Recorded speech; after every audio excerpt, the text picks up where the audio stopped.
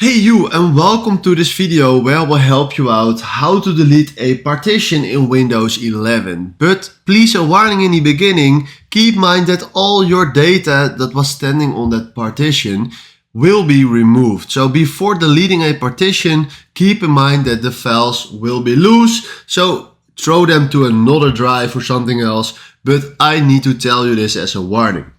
Alright, right now what you need to do is search for create and format hard disk partitions. Go to there, and then right here you can see here all your disks. From here we click here on the disk that we want to delete. For me it's the disk that I created a few seconds ago, but right now I click on this, right mouse click, and then from here we click on delete volume. Right now it already says deleting this volume will erase all data on it.